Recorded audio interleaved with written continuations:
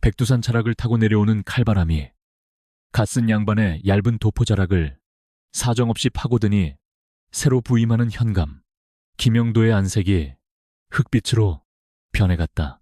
한양에서 시 한 수 잘못 읊어 이 첩첩산 중 고향촌으로 좌천된 것도 억울한데 타고 온 늙은 당나귀마저 추위에 떨며 콧물을 흘리니 처량하기 그지없었다.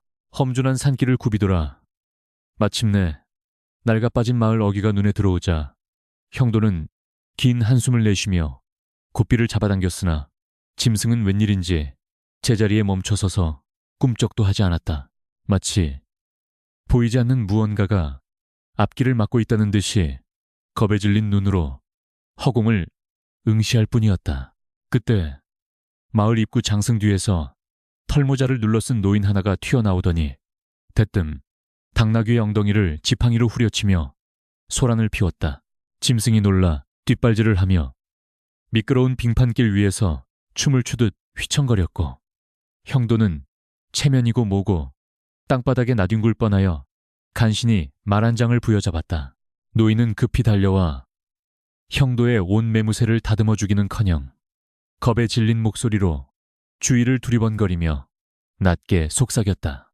나리가 오시는 길목을 산군께서 미리 마중 나와 심수를 부리신 것이니 낙마하지 않은 것만으로도 조상님의 음덕이라 여기셔야 한다고 말이다. 형도는 기가 차서 노인을 내려다보며 이 멀쩡한 대낮에 무슨 산군 타령이냐고 호통을 치려 했으나 노인의 표정은 너무나도 진지했다. 자칭 이장이라 소개한 리 노인은 혀를 차며 이 마을 호랑이는 본래 성질이 고약하여 새로 온 관리의 길을 꺾으려 든다고 설명했다. 방금 당나귀가 멈춘 것도 호랑이가 앞발로 길을 막았기 때문이며 미끄러진 것은 꼬리로 다리를 걸었기 때문이라니 듣다 보니 어처구니가 없어 말문이 막힐 지경이었다. 그러나 주위에 모여든 농부들은 하나같이 고개를 끄덕이며 이장의 말에 동조하고 있었다. 관하로 향하는 길은 잡초가 무성하고 담장은 무너져 내려 이곳이 관청인지 흉가인지 분간하기 어려울 정도였다. 형도가 찌푸린 미간을 펴지 못한 채 동원마당에 들어서자마자 와장창하는 소리와 함께 사기 그릇 깨지는 소리가 연달아 들려오니 형도는 본능적으로 미간을 찌푸리며 걸음을 재촉했다. 부엌문을 박차고 들어서자 젊은 관노 하나가 깨진 청자 조각들 사이에 주저앉아 사색이 된 얼굴로 덜덜 떨고 있었다. 형도가 호통을 치며 내 놈이 귀한 관물을 부수고도 성한 몸으로 나갈 줄 알았느냐고 으름장을 놓자 관노는 억울하다는 듯 바닥에 머리를 두었다. 소인은 그저 먼지를 털고 있었을 뿐인데 갑자기 등 뒤에서 서늘한 바람이 불어오더니 선반 위의 도자기가 제멋대로 춤을 추다 뛰어내렸다는 것이었다. 관노는 눈물을 글썽이며 이것은 필시 심심해진 호랑이가 장난을 친 것이라 주장했고 뒤따라 들어온 리 이장 역시 무릎을 탁 치며 그 말이 맞다고 맞장구를 쳤다. 형도는 깨진 도자기 파편을 집어들며 이 말도 안 되는 변명을 어떻게 처결해야 할지 고민에 빠졌다. 바람이 불어 도자기가 떨어졌다면 문이라도 열려 있어야 했건만 부엌문은 굳게 닫혀 있었고 관노의 손에서는 싸구려 탁주 냄새가 진동을 했다. 누가 봐도 술에 취해 비틀거리다 실수로 건드린 것이 명백했으나 이 마을 사람들의 눈에는 보이지 않는 호랑이의 꼬리가 더 선명하게 보이는 모양이었다. 이장은 한술 더 떠서 호랑이가 노여워하니 당장 술과 고기를 차려 제사를 지내야 한다고 설레발을 쳤다. 이장은 이런 어이가 없어진 형도가 관노의 입에서 나는 술 냄새는 어찌 설명할 것이냐고 따져 묻자 이장은 눈 하나 깜짝하지 않고 대답했다.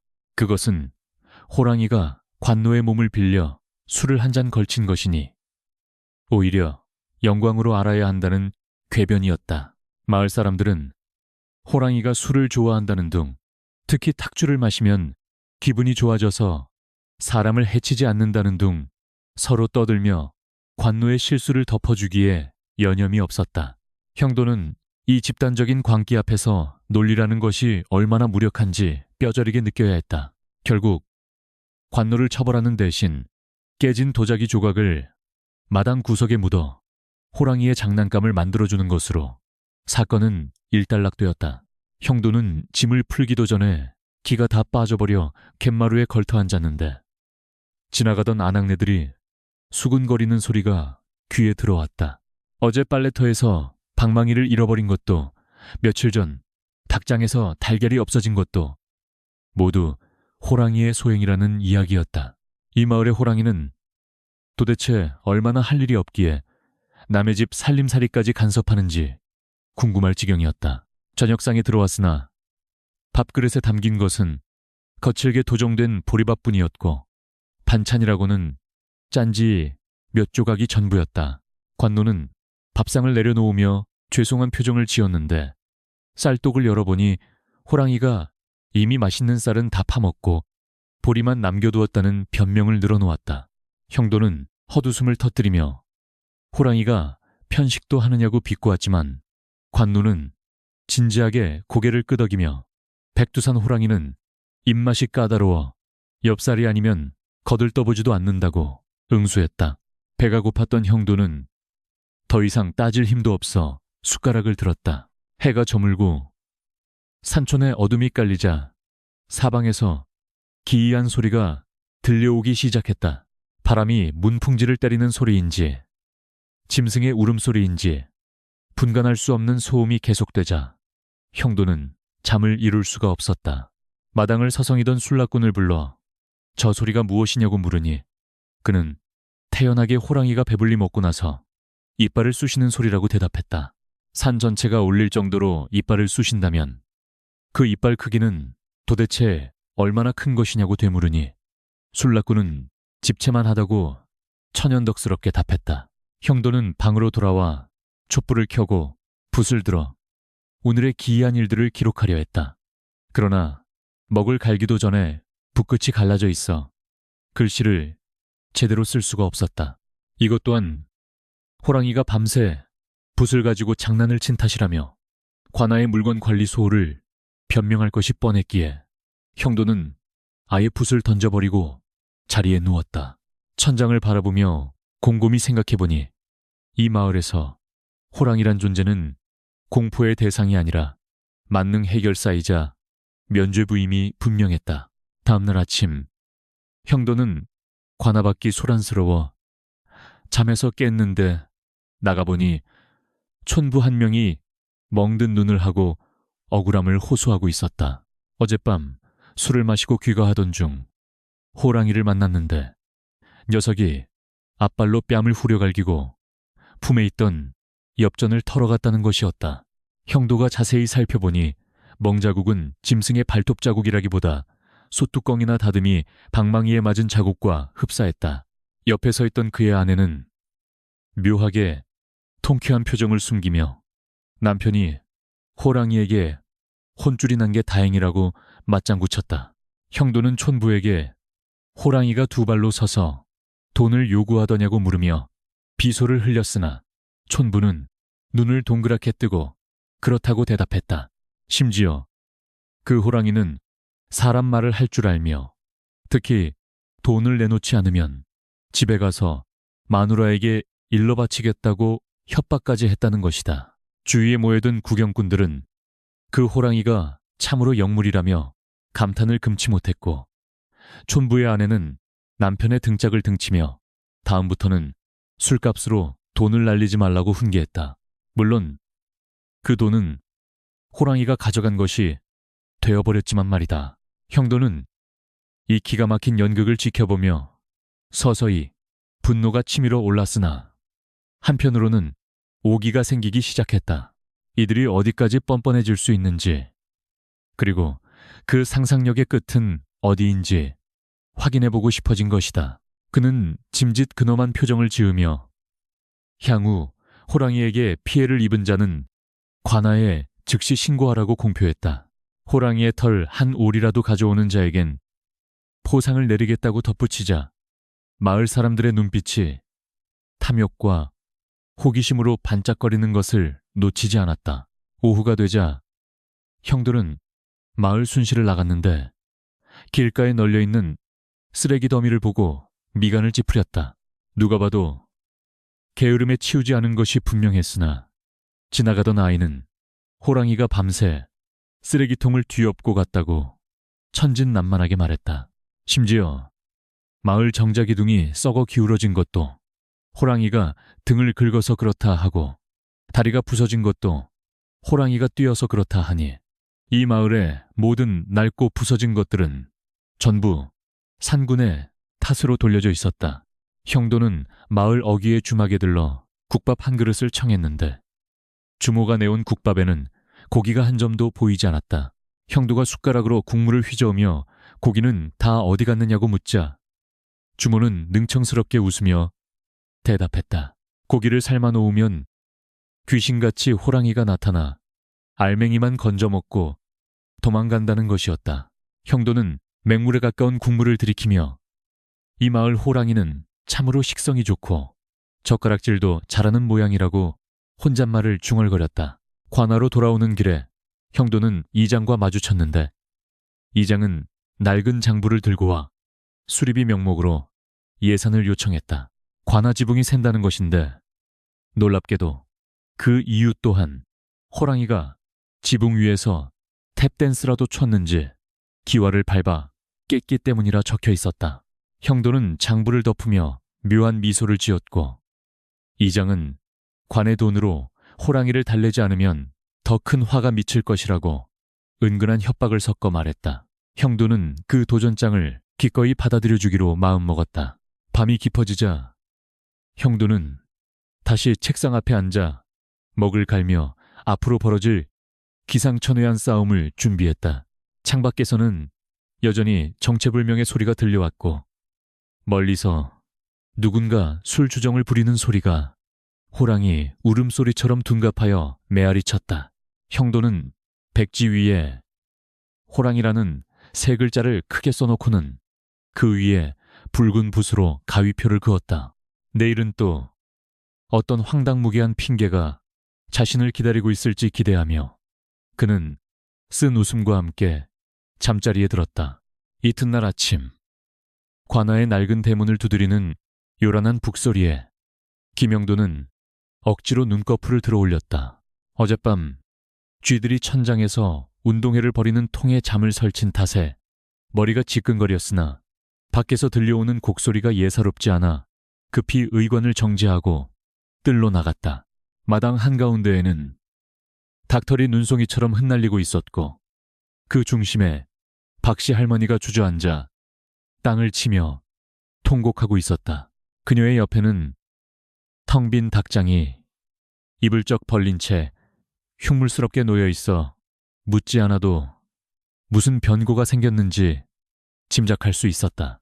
형도가 다가가 무슨 일이냐고 묻자 박씨는 콧물 범벅이 된 얼굴을 들며 산군이 또다시 내려와 집안의 기둥뿌리를 뽑아갔다고 하소연했다. 알을 낳아 생계를 유지하게 해주던 씨암탉 3마리가 감쪽같이 사라졌는데 털 하나 남기지 않고 알맹이만 쏙 빼갔다는 것이었다. 형도는 닭장 주변을 둘러보았는데 맹수의 침입 흔적이라기에는 닭장이 너무나 멀쩡해 보였다. 부서진 곳도 없고 뜯겨나간 나무살도 없었으며 오직 문고리만 얌전하게 풀려있는 것이 기이하기 짝이 없었다. 형도가 닭장 문고리를 손가락으로 가리키며 호랑이가 문을 열고 닫을 줄도 아느냐고 묻자 구경 나온 마을 사람들은 당연하다는 듯 고개를 끄덕였다. 대장간 김씨가 나서서 말하기를 이 산의 호랑이는 앞발을 사람 손처럼 자유자재로 쓰기 때문에 그깟 문고리 하나 따는 것은 식은 죽먹기라고 거들었다. 심지어 젓가락으로 콩을 집어먹는 것을 본 사람도 있다며 너스레를 떠는데 그 표정이 너무나 진지하여 형도는 반박할 말을 잃고 말았다. 박씨 할머니는 눈물을 훔치며 호랑이가 닭을 잡아먹은 자리에 분명히 흔적을 남겼다고 주장했다. 형도는 그녀가 가리키는 뒤뜰로 발걸음을 옮겼는데 진흙바닥에 꾹꾹 눌러 찍은 듯한 기괴한 발자국들이 산 쪽으로 이어져 있었다. 형도는 허리를 굽혀 그 발자국을 자세히 들여다보았는데 보면 볼수록 맹수의 것이라고 하기에는 모양새가 해괴망측했다. 발가락이 5개나 선명하게 찍혀 있었고 발톱의 날카로움은커녕 뭉툭하고 긴 것이 영락없는 사람의 손가락 모양이었다. 더욱 가관인 것은 발자국 한가운데에 찍혀있는 동그란 문양이었다. 그것은 마치 옷가락지나 반지를 낀 손바닥을 바닥에 세게 눌렀을 때 생기는 자국과 흡사했다. 형도는 헛웃음을 참으며 이장에게 이 자국이 무엇인 것 같으냐고 물었다. 리 이장은 뒷짐을 지고 다가와 짐짓 심각한 표정으로 발자국을 감정하더니 이것은 산군이 옥황상제에게 하사받은 신물인 가락지 자국이라고 태연하게 대답했다. 형도가 기가 막혀서 호랑이가 금반지도 끼고 다니느냐고 되묻자 이장은 눈 하나 깜짝 않고 그렇다고 답했다. 이 산의 호랑이는 멋을 짐승이라 가끔 장터에 내려와 보찜장수들의 폐물을 털어가서 치장한다는 것이었다. 주위에 있던 아낙네들도 맞장구를 치며 지난달에 없어진 자신의 은비녀도 분명 그 멋쟁이 호랑이가 가져가서 머리에 꽂았을 것이라고 수군거렸다. 도둑맞은 물건들이 호랑이의 패션 소품으로 둔갑하는 순간이었다. 형도는 발자국을 따라 시선을 옮기다 군중 속에 섞여 있는 껄렁한 청년 하나를 발견했다. 그는 이장의 조카인 춘삼이었는데 소매 속에 오른손을 급히 감추는 꼴이 수상하기 그지없었다. 형도는 짐짓 모르는 척하며 춘삼은 당황하여 얼굴이 벌개지더니 감히 산군의 옥체를 어찌 천한 눈으로 자세히 보겠냐며 뒷걸음질 쳤다. 형도는 춘삼의 소매를 낚아채며 그 손 좀 보자고 호통을 쳤으나 춘삼은 비명을 지르며 바닥에 대굴대굴 구르기 시작했다. 그는 갑자기 손이 불타는 듯 아프다며 이것은 산군의 영역을 침범하려 했던 벌을 받는 것이라고 소란을 피웠다. 이장은 잽싸게 달려와 조카를 부축하며 호랑이의 저주가 내렸다며 당장 굿을 해야 한다고 바람을 잡았다. 순식간에 수사의 현장은 미신과 공포의 도가니로 변질되어 버렸다. 형도는 춘삼의 손가락에 끼워져 있을 것이 분명한 굵은 가락지를 확인하고 싶었으나 마을 사람들이 때로 몰려들어 춘삼을 보호하는 통에 접근조차 할 수 없었다. 그들은 마치 춘삼이 호랑이의 대리인이라도 되는 양떠받들며 관아마당에서 물러나라고 아우성을 쳤다. 닭을 잃은 박씨 할머니조차 이제는 닭보다 춘삼의 안위를 걱정하며 자신이 부덕하여 산군을 노하게 했다고 자책하기 시작했다. 이 황당한 상황 속에서 형도는 범인을 눈앞에 두고도 잡지 못하는 자신의 처지가 한심스러웠다. 명백한 증거인 사람 손자국과 반지 자국이 있음에도 이들은 집단 최면에 걸린 듯 보고 싶은 것만 보고 믿고 싶은 것만 믿고 있었다.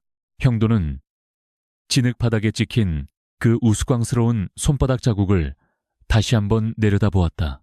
그것은 호랑이의 발자국이 아니라 이 마을 사람들의 탐욕과 기만이 빚어낸 뒤틀린 양심의 인장과도 같았다. 형도는 마음을 가라앉히고 차가운 목소리로 이장에게 물었다. 그렇다면 이 호랑이는 닭을 날로 먹느냐 아니면 털을 뽑고 삶아 먹느냐고 말이다. 이장은 잠시 고민하더니 요즘 호랑이는 건강을 생각해서 털을 깨끗이 뽑고 약재를 넣어 백숙을 해먹는다고 능청을 떨었다.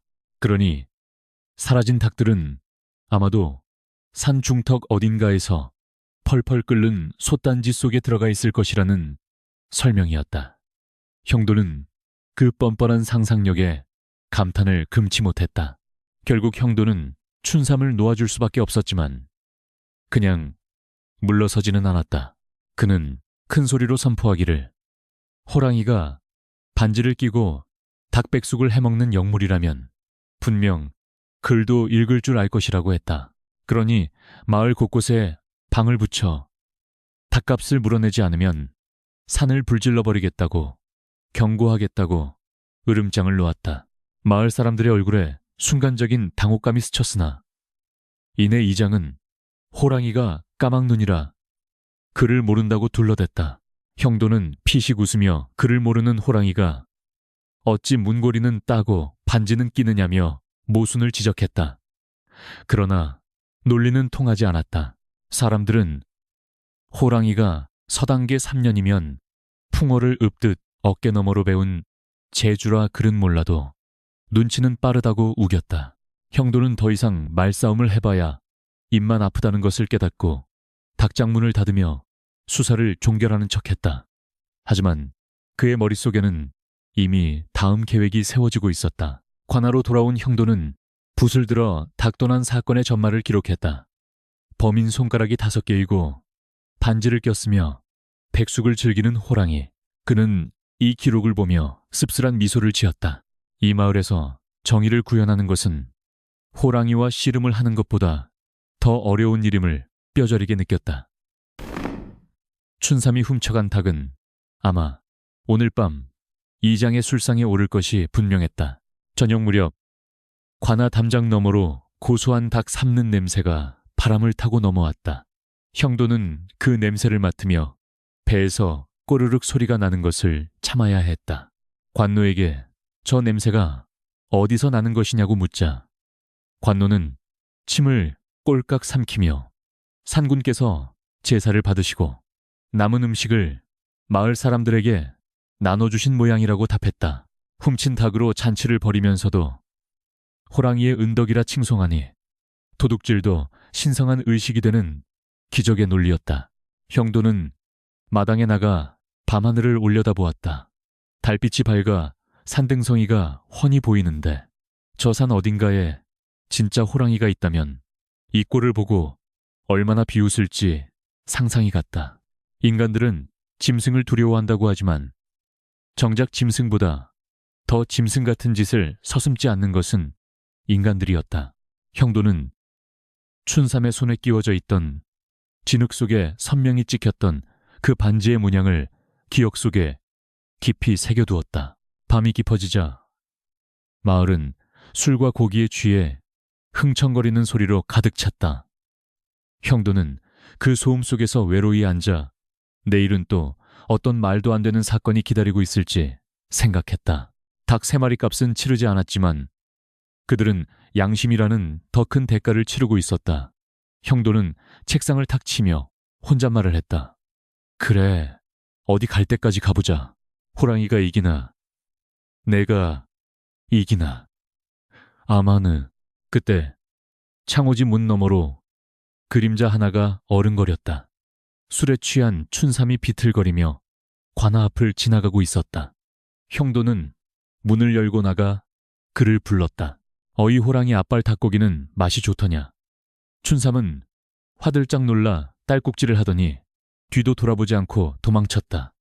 그 뒷모습을 보며 형도는 처음으로 소리내어 웃었다. 이 지독한 연극판에서 이제 막 서막이 올랐을 뿐이었다. 형도는 춘삼이 도망치다 흘린 닭뼈 하나를 주워들었다. 그것은 아주 깨끗하게 발라먹은 흔적이 역력했다. 형도는 그 뼈를 증거물 보관함에 넣으며 중얼거렸다. 이빨이 아주 튼튼한 호랑이로군.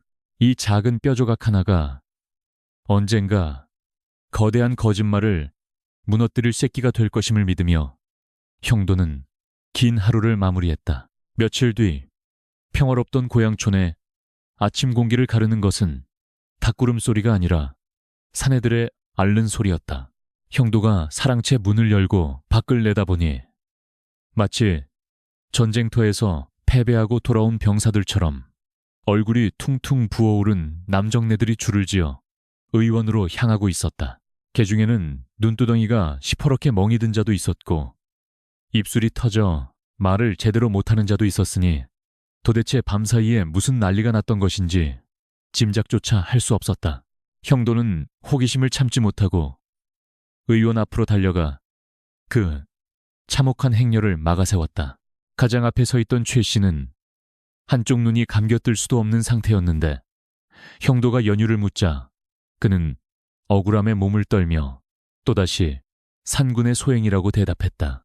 어젯밤 주막에서 술을 한잔하고 귀가하던 중 갑자기 어둠 속에서 호랑이가 나타나 앞발로 뺨을 후려쳤다는 것이다. 맹수라면 응당 날카로운 발톱으로 살점을 찢었어야 마땅하거늘 어찌하여 타박상만 입혔느냐고 물으니 최 씨는 기어들어가는 목소리로 답했다. 이 마을 호랑이는 살생을 즐기지 않아 그저 훈계 차원에서 싸대기를 날린다고 말이다. 형도는 어이가 없어 최 씨의 멍자국을 자세히 살펴보았는데 그것은 짐승의 발자국이라기보다 밥주걱이나 다듬이 방망이의 형상과 놀랍도록 일치했다. 둥글럽적하면서도 긴 타원형의 멍은 사람의 손에 쥐어진 도구에 의해 강타당했을 때 생기는 흔적이 분명했다. 그러나 주위에 모여든 구경꾼들은 호랑이의 발바닥 패드가 워낙 두툼하고 단단하여 맞으면 몽둥이 찜질을 당한 것과 같다고 서로의 경험담을 늘어놓으며 고개를 끄덕였다. 그때 최 씨의 아내가 나타나 남편의 등짝을 세게 내려치며 그러게 평소에 술 좀 작작 마시고 일찍 들어오라 하지 않았느냐고 호통을 쳤다. 그녀는 형도에게 고개를 숙이며 우리 남편이 정신을 못 차리고 노름판을 기웃거리니 산군께서 대신 회초리를 들어주신 것이라며 호랑이에게 감사를 표했다. 남편이 밖에서 얻어터지고 왔는데도 슬퍼하기는커녕 오히려 고소해하는 아내의 표정에서 형도는 이 사건의 진범이 누구인지 대략 짐작할 수 있었다. 줄 뒤쪽에 서 있던 박서방의 몰골은 더욱 가관이었는데 그는 쌍코피를 흘리며 코를 틀어막고 있었다. 그 역시 호랑이를 만났다고 주장했는데 이번 호랑이는 단순히 때린 것이 아니라 2단 옆차기를 날렸다고 했다. 형도가 호랑이가 무슨 무예의 고수라도 되느냐고 비꼬자 리 이장이 끼어들어 진지하게 설명을 보탠다.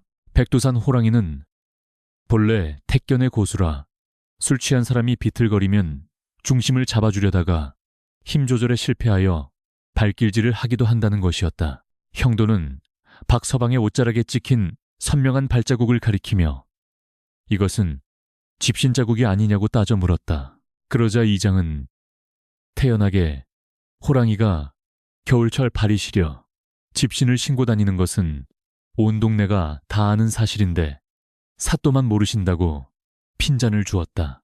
박서방의 아내는 옆에서 팔짱을 끼고 서 있었는데 그녀의 발에 신겨진 집신이 유난히 흙투성이인 것은 우연이 아닌 듯했다.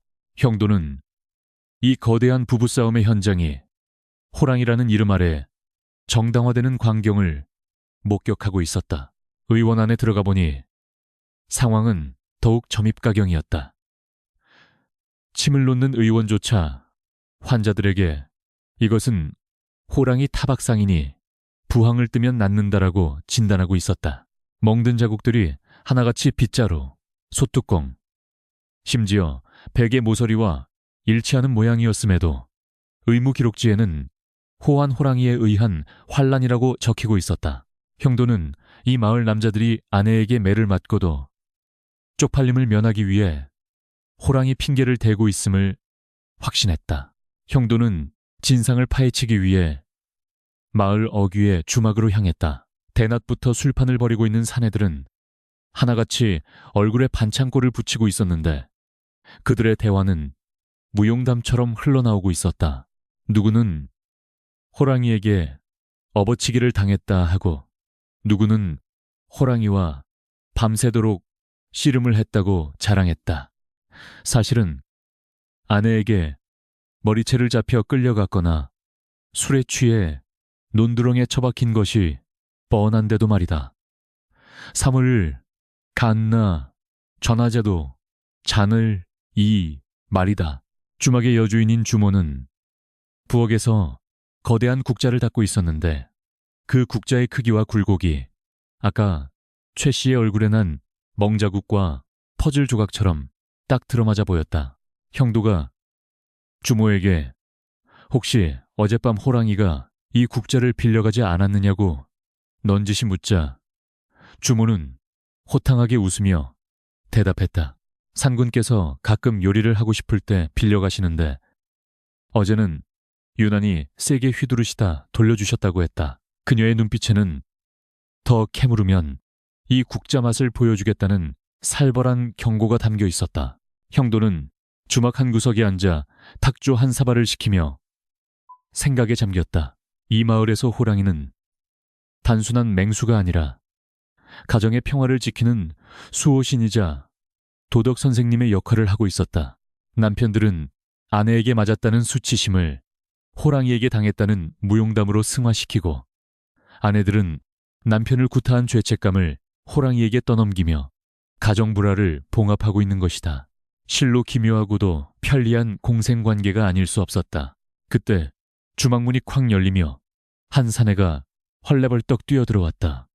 그는 공포에 질린 얼굴로 호랑이가 온다. 암호랑이가 쫓아온다. 라고 소리치며 주모의 치마폭 뒤로 숨었다. 뒤이어 몽둥이를 든 그의 아내가 씩씩거리며 들어왔는데 그녀는 남편을 찾기 위해 눈에 불을 켜고 있었다. 만개 형도가 그녀를 막아서며 여기서 소란을 피우지 말라고 하자 그녀는 남편이 노름으로 가산을 탕진했으니 오늘이야말로 호랑이 밥으로 만들어주겠다고 길길이 날뛰었다. 형도는 숨어있는 사내에게 자네를 쫓아온 것이 진짜 호랑이더냐.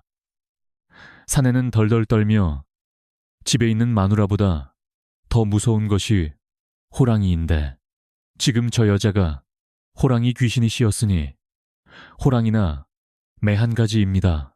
라고 궤변을 늘어놓았다. 아내는 그 말을 듣고 더욱 격분하여 몽둥이를 휘둘렀고 주막은 순식간에 아수라장이 되었다. 사람들은 싸움을 말리기는커녕 호랑이 기운이 솟아난다며 박수를 치고 구경했다.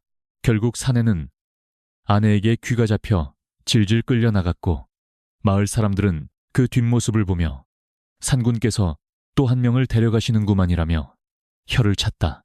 형도는 그 광경을 보며 실소를 금치 못했다. 이 마을에서 호랑이라는 단어는 맹수를 지칭하는 명사가 아니라 공포, 권력, 그리고 폭력을 은유하는 형용사로 쓰이고 있었다. 아내의 매질도 호랑이의 훈육이 되고 빚쟁이의 독촉도 호랑이의 포효가 되는 세상이었다.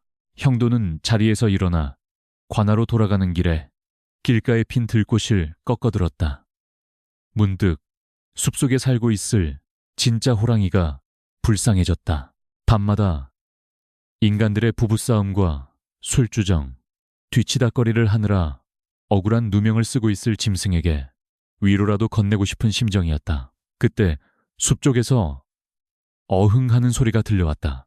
형도는 깜짝 놀라 돌아보았으나 그것은 술 취한 노인이 가로수 밑에 구토를 하며 내는 소리였다. 이장은 어느새 형도의 옆에 다가와 방금 소리 들으셨냐며 호랑이가 사또의 부임을 축하하여 노래를 부른 것이라고 아첨을 떨었다.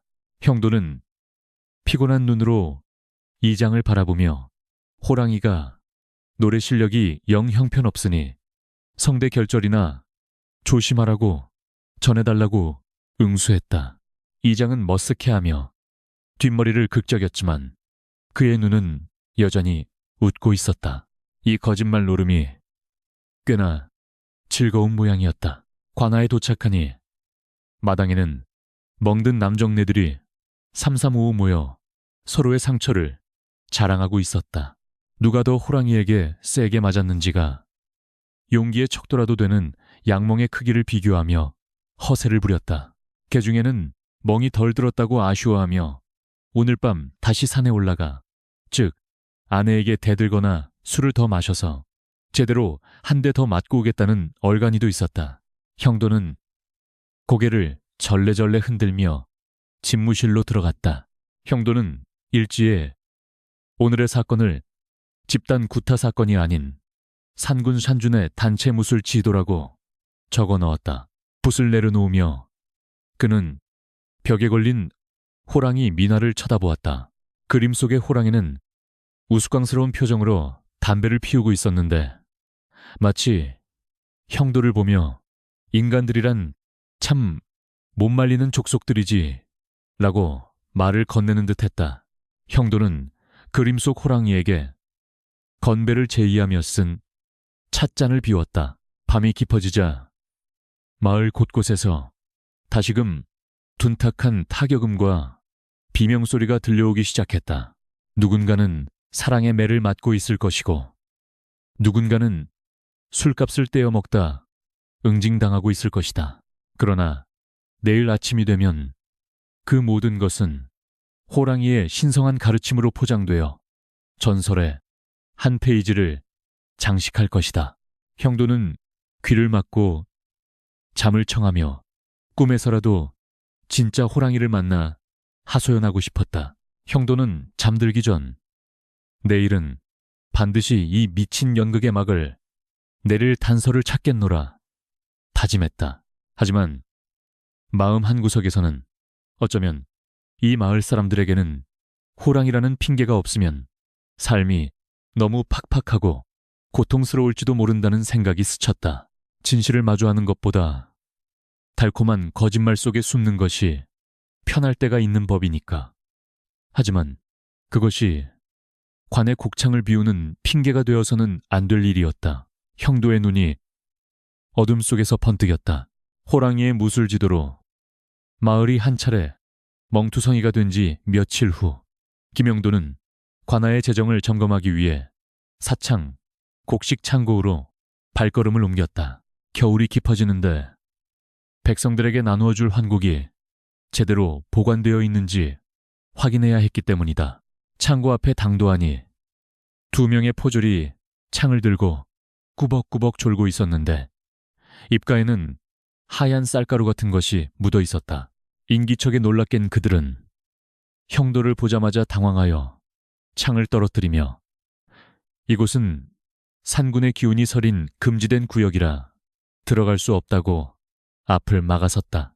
형도는 포졸들의 허술한 변명을 무시하고 당장 자물쇠를 열라고 호령했다. 녹슨 쇠사슬이 둔탁한 소리를 내며 풀리고 육중한 나무 문이 끼익 소리를 내며 열리자 형도의 눈앞에 펼쳐진 광경은 충격 그 자체였다.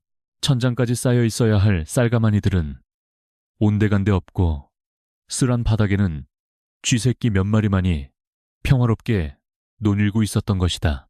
좋기 500석은 되어야 할 굴량미와 구휼미가 하룻밤 사이에 증발해버린 듯 창고 안은 먼지만이 가득했다. 형도의 얼굴이 분노로 일그러지자 포졸들은 바닥에 납작 엎드려 덜덜 떨며 익숙한 레퍼토리를 읊어대기 시작했다.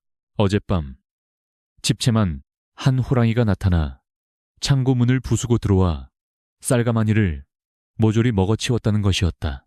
형도는 튼튼한 참나무 문이 멀쩡한 것을 지적하며 호랑이가 열쇠라도 가지고 있었느냐고 물었다.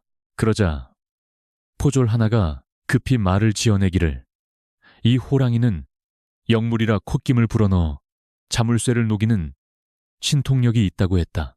기가 막힌 형도가 다시 물었다. 그 많은 생쌀을 씹지도 않고 삼켰다는 말이냐고. 포졸들은 고개를 끄덕이며 백두산 호랑이는 소화력이 워낙 뛰어나 쌀가마니째로 삼켜도 배탈이 나지 않는다고 답했다. 심지어 지프로 짠 가마니는 섬유질이라 건강에 좋다며 껍질째 먹는 것을 즐긴다는 헛소리를 덧붙였다.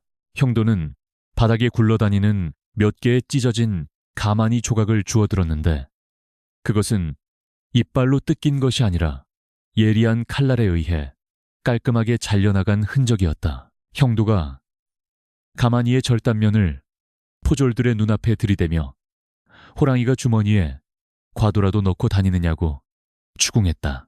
포졸들은 식은땀을 흘리며 시선을 피하더니 요즘 호랑이 발톱은 갈고 닦아서 면도날처럼 날카롭기 때문에 베이면 칼로 자른 것과 구분이 안 간다고 둘러댔다. 옆에 있던 다른 포졸은 한술 더 떠서 호랑이가 식사 예절이 발라 흘리지 않고 먹으려다 보니 발톱으로 포장을 정갈하게 뜯은 것이라고 거들었다. 창고 바닥을 살펴보니 쌀알 하나 떨어진 것 없이 너무나 깨끗했다. 500석을 먹어치웠다면 흘린 쌀만 해도 한 가마니는 되었을 터인데 마치 빗자루로 쓸어 담은 듯 매끈했다. 형도가 이를 지적하자 포졸들은 호랑이가 식후의 꼬리를 빗자루처럼 사용하여 뒷정리까지 깔끔하게 하고 갔다고 설명했다. 청소까지 해주는 친절한 도둑 호랑이라니. 그때 소식을 들은 리 이장이 헐레벌떡 달려와 창고 안을 들여다보며 과장된 몸짓으로 탄식했다. 아이고, 산군께서 올해는 유난히 배가 고프셨나 봅니다. 나라님께 바칠 쌀까지 드시다니 이를 어찌한단 말입니까? 그의 연기는 너무나 어색하여 삼류 광대극을 보는 듯했으나 눈빛만은 형도의 반응을 살피느라 매서웠다. 이장은 넌지시 말하기를 호랑이가 쌀을 가져간 것은 마을의 애군을 막아주기 위함이니 너무 노여워하지 말라고 했다. 형도는 이장에게 다가가 조용히 물었다. 호랑이가 쌀만 먹더냐 아니면 반찬도 챙겨 먹더냐고. 창고 구석에 있던 건어물과 젓갈 항아리들도 몽땅 사라져 있었기 때문이다. 이장은 능청스럽게 웃으며 밥만 먹으면 목이 매니 짭짤한 반찬을 곁들인 모양이라고 대답했다. 특히 이 호랑이는 명란젓을 좋아하여 작년에도 젓갈독을 통째로 훔쳐갔다는 무용담을 늘어놓았다. 미식가 호랑이의 식단에 형도는 할 말을 잃었다. 형도는 포졸의 입가에 묻은 하얀 가루를 손가락으로 닦아내며 맛을 보았다. 그것은 분명 쌀가루였다. 자네는 호랑이와 겸상이라도 했나? 보군하고 묻자 포졸은 사색이 되어 변명했다.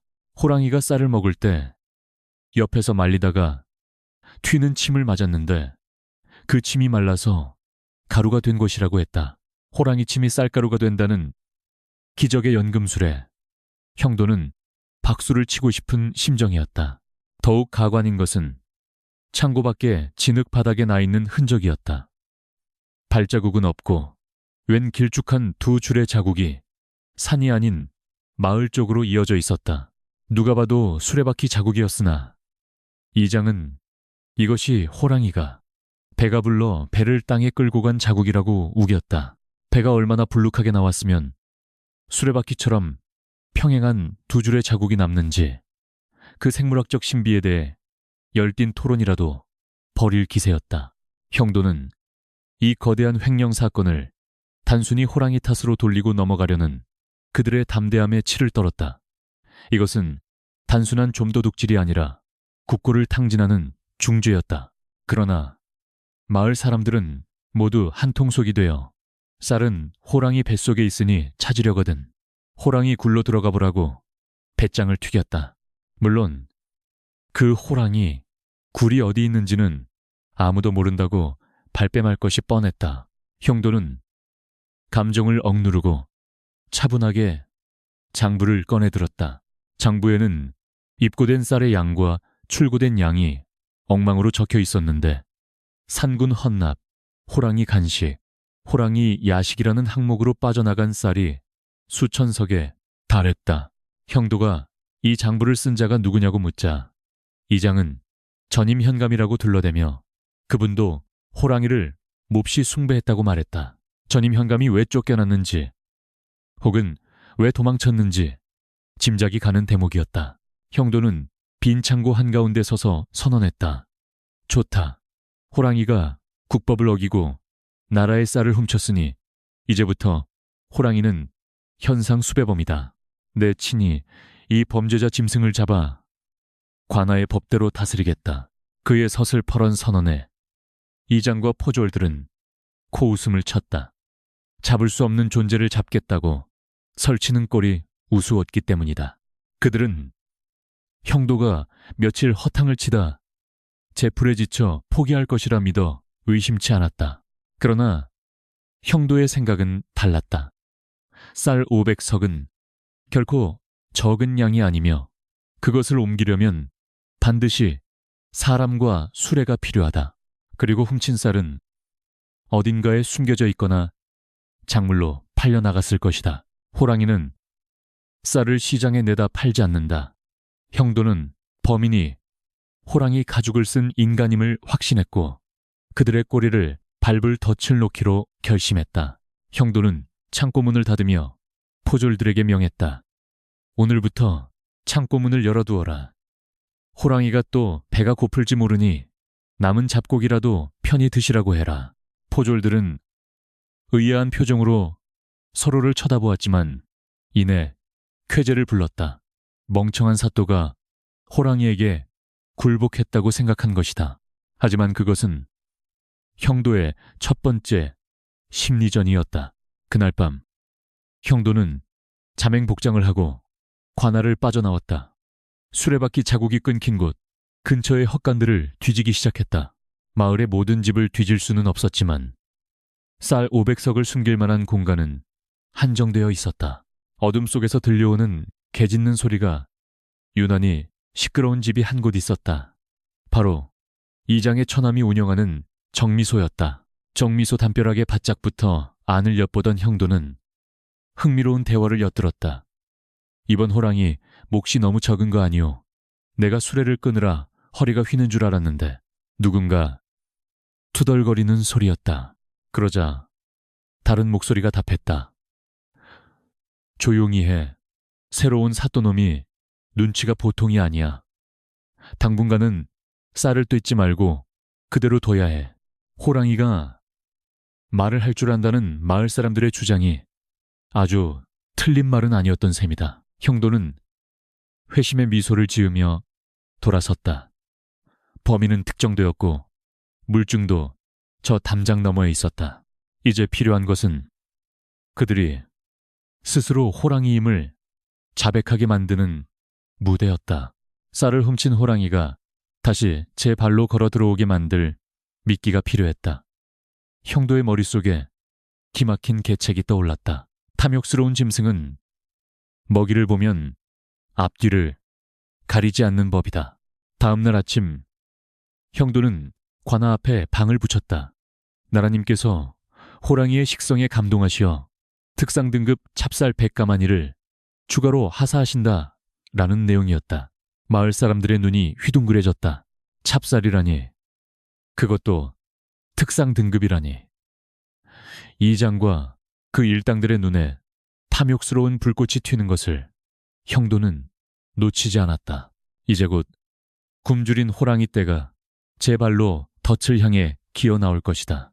형도는 텅 빈 창고를 바라보며 중얼거렸다.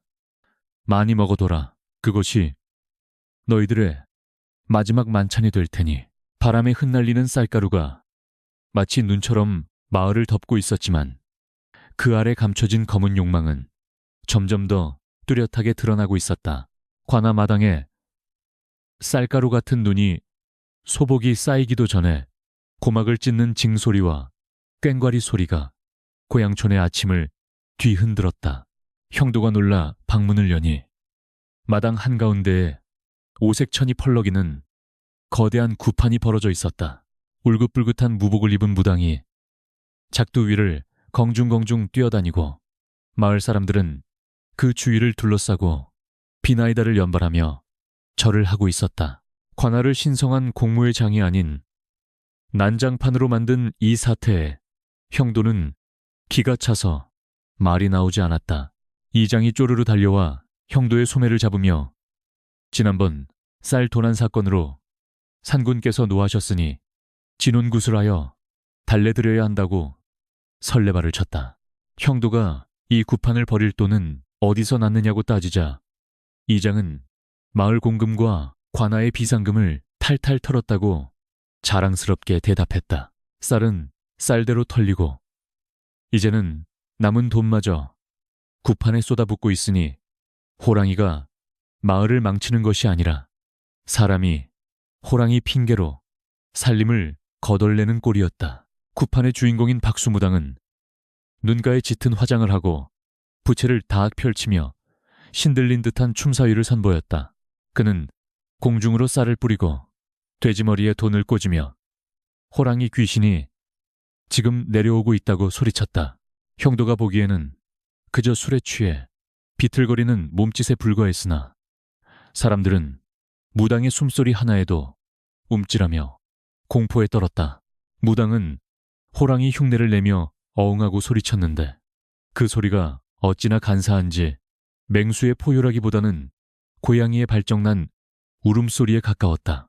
무당은 갑자기 눈을 까뒤집고 몸을 부르르 떨더니 산군이 자신의 몸에 접신했다고 선언했다. 그는 굵은 목소리를 흉내내며 내 쌀을 가져간 것은 너희들의 정성이 부족해서다. 더 많은 금은 보화를 바쳐라. 라고 호통쳤다.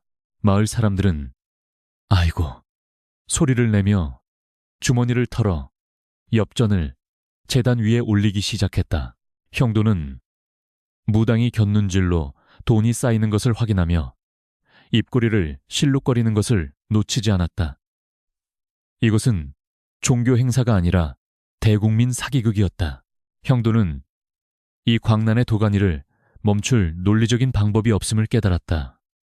공권력으로 구판을 엎으면 신성모독이라며 폭동이라도 일어날 기세였기 때문이다. 그렇다면 이열치열, 미친놈에게는 더 미친놈으로 대응하는 것이 상책이었다. 형도는 숨을 크게 들이쉬고 눈을 감았다.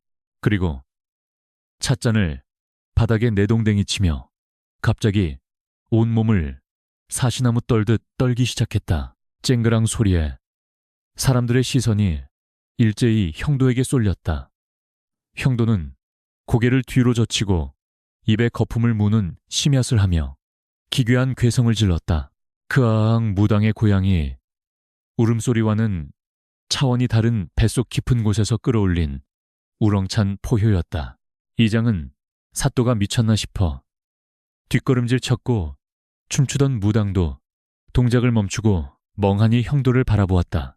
형도는 짐승처럼 네 발로 기어 제단 앞으로 돌진했다. 형도는 붉게 충혈된 눈, 사실은 눈을 비벼서 만든 이로 무당을 노려보며 천둥 같은 목소리로 일갈했다. 네, 이놈, 감히 어디서 내 이름을 팔고 다니느냐. 무당은 당황하여 너 누구십니까? 라고 물었다. 형도는 제단 위에 돼지머리를 한 손으로 번쩍 들어올리며 소리쳤다. 내가 바로 백두산의 주인, 진짜 산군이다. 저놈은 가짜다. 내 흉내를 내는 잡귀다. 군중은 술렁이기 시작했다. 무당에게 내린 신이 진짜인지 사또에게 내린 신이 진짜인지 헷갈리기 시작한 것이다. 형도는 기세를 몰아 무당의 멱살을 잡고 흔들었다. 내가 언제 쌀을 달라고 했느냐. 나는 고기를 좋아한다. 그리고 너 같은 사기꾼의 간을 제일 좋아한다. 무당은 사색이 되어 발버둥 쳤으나 형도의 악력을 당해낼 재간이 없었다. 형도는 광기 어린 눈빛으로 무당의 코앞까지 얼굴을 들이밀었다. 내 쌀 500석을 내 놈과 이장이 나눠 먹은 것을 내가 모를 줄 아느냐. 형도가 내뱉은 말은 신탁센터처럼 들렸다. 이장은 얼굴이 하얗게 질려 주저앉았다. 사람들은 웅성거리며 이장과 무당을 의심스런 눈초리로 바라보았다. 형도는 틈을 주지 않고 무당의 화려한 옷을 잡아뜯으며 이따위 거적대기는 필요 없다. 썩 물러가지 않으면 내 놈을 한 입에 삼켜주마 라고 위협했다. 공포에 질린 무당은 신이고 뭐고 살아야겠다는 생각에 부채와 방울을 내던지고 주랭랑을 쳤다. 신발도 신지 못한 채 꽁무니가 빠지게 도망가는 꼴이 가관이었다. 호랑이 살려라고 외치며 도망가는 무당의 뒤로 마을 사람들의 비웃음이 쏟아졌다. 진짜 호랑이 신이 내렸다면 저렇게 비굴하게 도망칠 리가 없었기 때문이다. 구판은 순식간에 난장판이 되어 끝이 났다. 무당이 사라지자 형도는 갑자기 몸을 축 늘어뜨리며 바닥에 쓰러졌다. 마치 접신이 풀린 듯한 완벽한 연기였다.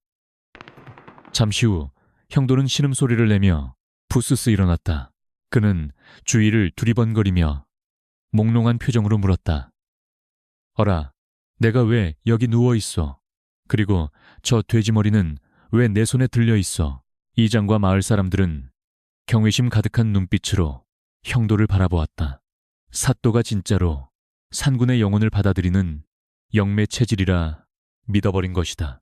이장은 덜덜 떨며 다가와 사또께서 호랑이 신을 불러내어 가짜 무당을 물리치셨다고 설명했다. 형도는 짐짓 놀란 척하며 내 몸에 그런 신통력이 있었단 말인가? 라고 너스레를 떨었다. 형도는 재단 위에 쌓인 돈을 가리키며 말했다. 산군께서 이 돈을 받지 않고 가셨으니 이것은 백성들을 위해 쓰라는 뜻일게요. 이 돈으로 없어진 환곡을 채워넣도록 하시오. 이장은 울며 겨자먹기로 고개를 끄덕일 수밖에 없었다. 호랑이 신의 명령이라는데 감히 누가 거역하겠는가. 형도는 속으로 쾌재를 불렀다. 마을 사람들은 흩어지며 사또의 영험함에 대해 떠들어댔다. 이제 형도는 단순한 관리에서 호랑이와 소통하는 자로 격상되었다. 이것은 양날의 검과 같았지만 적어도 당분간은 그들의 미신을 역이용할 수 있는 강력한 무기가 생긴 셈이었다. 형도는 흩어진 구판의 잔해를 보며 연기가 적성에 맞을지도 모른다는 엉뚱한 생각을 했다. 저녁이 되자 관아는 다시 조용해졌다. 형도는 방에 들어와 뻐근한 어깨를 주물렀다. 돼지머리를 한 손으로 들고 설쳤더니 팔이 욱신거렸다. 하지만 장부를 다시 정리하며 구판에서 회수한 돈을 기록하니 피로가 싹 가시는 듯했다. 사기꾼 무당에게 넘어갈 뻔한 혈세가 다시 국고로 환수된 것이다. 그러나 형도는 알고 있었다. 이장은 쉽게 포기할 위인이 아니었다. 무당 사건으로 잠시 주춤했을 뿐 그는 곧 새로운 핑계와 음모를 꾸며낼 것이다. 어쩌면 형도의 신기를 시험하려 들지도 몰랐다. 형도는 창밖의 어둠을 응시하며 다음에는 또 어떤 황당한 배역을 맡아야 할지 고민했다. 그때 멀리서 늑대 울음소리가 들려왔다. 사람들은 저것도 호랑이 소리라고 우길까. 형도는 피식 웃으며 호롱불을 껐다. 호랑이님, 당신 이름 좀 빌렸었어. 임대료는 쌀을 찾으면 갚으리다. 어둠 속에서 형도의 눈은 진짜 호랑이처럼 빛나고 있었다. 구판 사건 이후 김영도는 기세를 몰아 강력한 행정명령을 내렸다. 산군이 인간의 재물에 맛을 들여 위험하니 해가 지면 일체 통행을 금한다 라는 명분으로 야간 통행 금지령을 선포한 것이다. 표면적으로는 백성의 안전을 위한 조치였으나 실상은 밤마다 이루어지는 도박 밀주 거래 그리고 작물 이동을 원천 봉쇄하려는 고단수였다. 형도의 예상대로 마을 사람들의 불만은 하늘을 찔렀으나 호랑이 신이 내린 사또의 영링이라 대놓고 반발하지는 못했다. 밤이 되자 활기차던 주막은 문을 닫았고 노름판이 벌어지던 헛간들도 죽은 듯이 조용해졌다. 리 이장은 뻔질나게 관아를 드나들며 호랑이는 본래 시끌벅적한 것을 좋아하여 너무 조용하면 오히려 심술을 부린다는 둥, 밤에 술 냄새가 나야 호랑이가 취해서 얌전해진다는 둥, 말도 안 되는 논리로 통금 해제를 읍소했다. 그러나 형도는 산군의 뜻을 거역하면 천벌을 받는다는 한마디로 그들의 입을 막아버렸다. 며칠 동안 밤이 조용해지자 형도는 모처럼 편안한 잠을 잘 수 있었다. 그러나 그 평화는 오래가지 못했다. 어느 날 아침 관아 대문에 큼지막한 벽서가 붙어있는 것이 발견되었다. 최고급 한지에 힘있는 필치로 쓰인 그 글은 문장이 유려하고 고사가 인용된 수준 높은 경문이었다. 내용은 대략 이러했다. 새로운 현감은 덕이 부족하고 산의 이치를 모르니 당장 이곳을 떠나지 않으면 큰 화를 입을 것이다. 놀라운 것은 그 글의 서명이었다. 글의 말미에는 백두산 주인이라는 서명과 함께 붉은 인주가 묻은 거대한 발자국이 쾅 찍혀 있었다. 형도는 벽서를 떼어내어 집무실 책상 위에 펼쳐놓고 헛웃음을 터뜨렸다. 호랑이가 이제는 글을 배우고 서예까지 연마했단 말인가? 그것도 추사체 뺨치는 명필로 말이다. 글씨체는 힘이 넘치면서도 끝이 날렵한 것이 붓을 오랫동안 잡아본 사람의 솜씨가 분명했다. 형도는 마을에서 글을 쓸 줄 아는 사람이 몇 안 된다는 사실을 떠올렸다. 그 중에서도 이 정도의 필력을 가진 사람은 단 한 명, 서당의 훈장조 씨뿐이었다. 평소 거드름을 피우며 마을의 정신적 지주행세를 하던 그가 호랑이 대변인 노릇까지 자처하고 나선 것이다. 형도는 벽서를 돌돌 말아 손에 쥐고 서당으로 향했다. 아이들이 글 읽는 소리가 낭낭하게 들려와야 할 서당은 쥐 죽은 듯 조용했다. 형도가 방문을 열자 훈장은 짐짓 놀란 척하며 붓을 내려놓았다. 그러나 형도의 눈에는 훈장의 손가락 끝에 묻은 붉은 인주 자국이 선명하게 들어왔다. 형도는 벽서를 훈장의 코앞에 펼쳐 보이며 이 명문장을 누가 썼는지 아느냐고 물었다. 훈장은 돋보기를 꺼내 글을 요리조리 살펴보더니 감탄사를 연발하며 이것은 필시 산군께서 친필로 남기신 경고장이라고 단언했다. 형도가 비꼬는 말투로 물었다. 호랑이가 붓은 어떻게 쥐었으며 먹은 누가 갈아주었소? 훈장은 기다렸다는 듯이 대답했다. 어젯밤 깊은 밤에 호랑이가 서당문을 두드려 문방 사우를 빌려달라고 했다는 것이다. 훈장이 먹을 갈아주자 호랑이는 붓을 입에 물고 일필휘지로 글을 써 내려갔으며 마지막에는 자신의 발바닥에 인주를 묻혀 낙관을 찍었다고 설명했다. 호랑이가 붓을 입에 물고 썼는데도 글씨가 이토록 정갈하다니 서예의 신이 강림한 셈이었다. 형도는 훈장에게 종이와 붓을 내밀며 벽서와 똑같은 문장을 써보라고 요구했다. 필체를 대조해보면 범인이 드러날 것이 뻔했기 때문이다. 그러나 훈장은 갑자기 손목을 부여잡으며 앓는 소리를 냈다. 어젯밤 호랑이의 기운에 눌려 손목이 마비가 되어 당분간 글을 쓸 수가 없다는 핑계였다. 가지가지 한다고 생각하며 형도는 훈장을 쏘아보았다. 그때 훈장이 눈을 번뜩이며 말했다. 사실 이 글씨는 제 필체와 비슷할 수도 있습니다.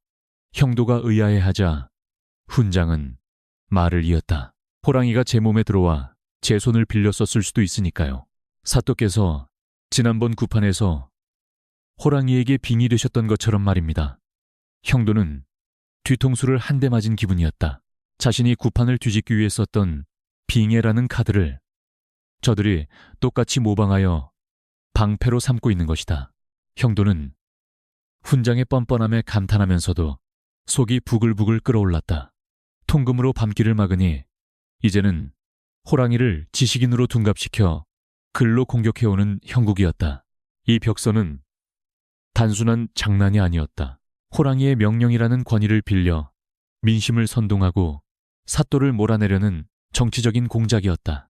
마을 사람들은 벌써 벽서 내용을 수군거리며 사또가 떠나지 않으면 호랑이가 노하여 마을을 불바다로 만들 것이라고 불안해하고 있었다.